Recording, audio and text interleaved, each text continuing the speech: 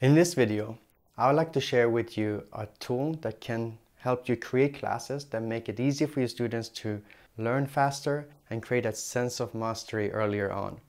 To make it easier for you to implement this into your dance and your way of teaching, I want to start with a background theory. If we imagine this box to represent your students' knowledge of the dance, then we can say each piece of information you share can be represented by a dot. So you teach a basic step, that's a dot. Another basic step, that's another dot. You might teach a footwork variation, a styling, or a spin technique, dot, dot, dot. To make the class achievable, we might start by choosing to separate the dots, so it becomes easy for your students to retrieve that information and execute the movements and be clear in their communication. Over time, however, the box can get quite crowded, and at some point, two dots come so close to each other that your students are now sort of in a conflict situation where they need to either figure out how can they distinguish between those two dots or discard one of them.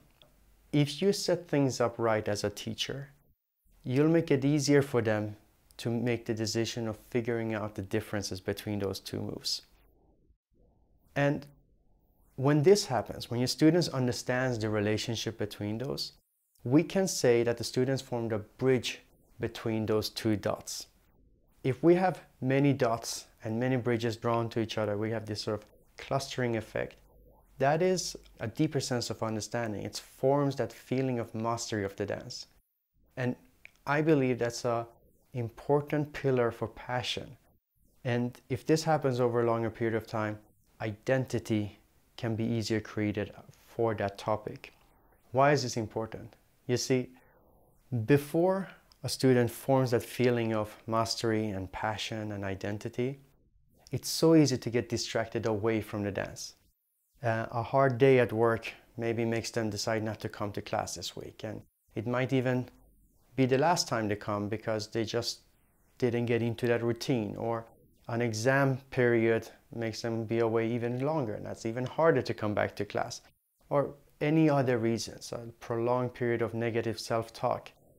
This is why, if we as teachers find a way to create classes where already from day one, we can actually in an easy and safe way create clusters of dots where the students get the opportunity to draw those bridges, we can get that sense of mastery earlier on, and the students form passion earlier and maybe even identity earlier.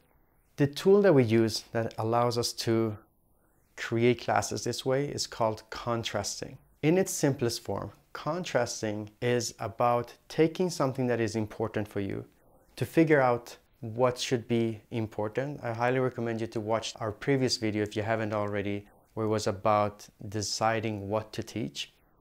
Those decisions are basically that important element, and we're going to here call it your structure.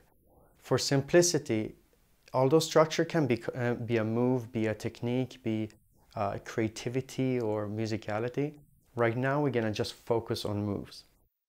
Also, for this video, I'm just going to talk about one way of working with the contrasting here, and that is to take your structure move, cut it in a beginning, middle, and end, then just change one of those parts. So your new move is going to have two-part structure, one part new, and that whole thing is now called your contrast move.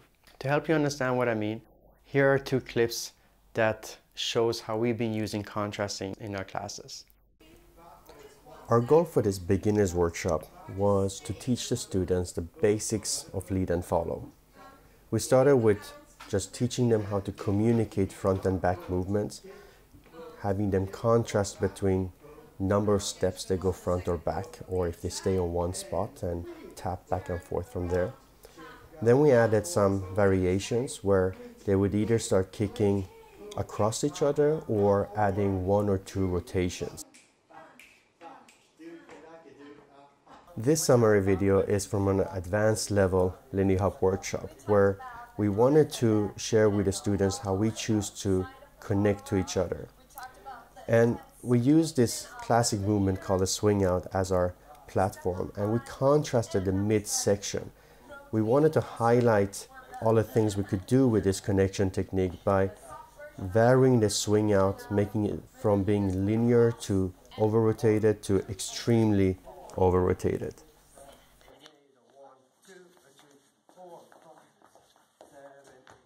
There are two important qualifiers for something to be called a contrast move.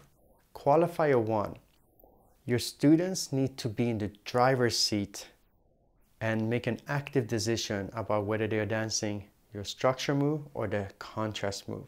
If you make those moves so far apart that they don't really resemble each other anymore, your students don't need to make that active decision making and they don't need to then draw a bridge between them. Then they don't get that clustering effect, the sense of mastery and passion and identity creation.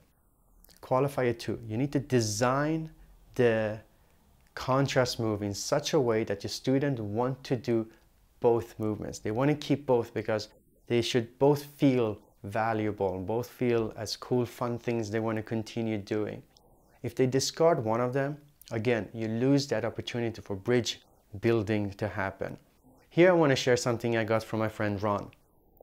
You see, a teacher cannot draw the bridge for the students. We can only create a situation where a student is confronted by the need of drawing that bridge and then set up the environment in a safe, comfortable, supportive way so your students want to draw that bridge. Here's one more really good usage of contrasting. You know that moment in class where you have been working on a topic for a while, you would like to stay longer on it to get better quality results out of it, but you're afraid that your students might start feeling bored and they want to move on to something different. And you worry that if you insist on staying and working on the quality, you might lose some students. They might not come back next week. If you're facing this situation, just take your structure and contrast it again. This time change the beginning or the middle or make another ending of it, for example. This is really like keeping the cake and eat it at the same time. You get to stay and focus on quality while your students get more vocabulary and they get more nuanced ways of expressing their dancing. At Swing Step, we use contrasting in our vocabulary when we talk amongst the teachers or even with our students. We might say something like, I think we need a contrast move here. We want to indicate that to get deep learning, to get better understanding for the topic, we need to have that contrast. Or we might say, this is a contrast, but it's not really contrasting at the right place. If we feel that the change is not in such a way that it allows us to highlight the technique we want to emphasize on, and it might even serve as a distraction from the topic we actually want to work on. So exactly at what point of your structure you contrast will play an important role here.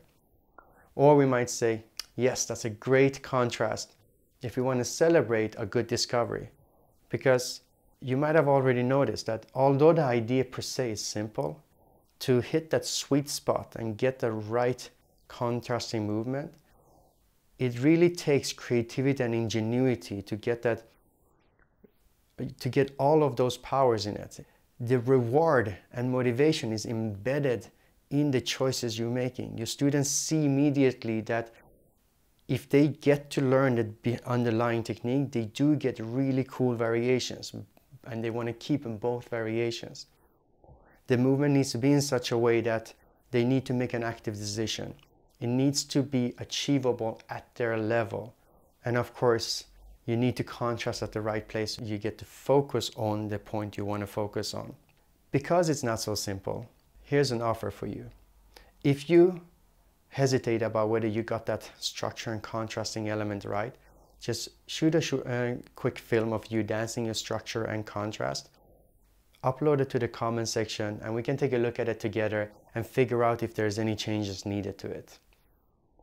Now, if you want to help this channel grow, what would be so valuable is if you think of another teacher who you think would enjoy this video, take the link and share it to that person with your recommendation. Thank you for watching this far, and I hope to see you in a live event or in the next video.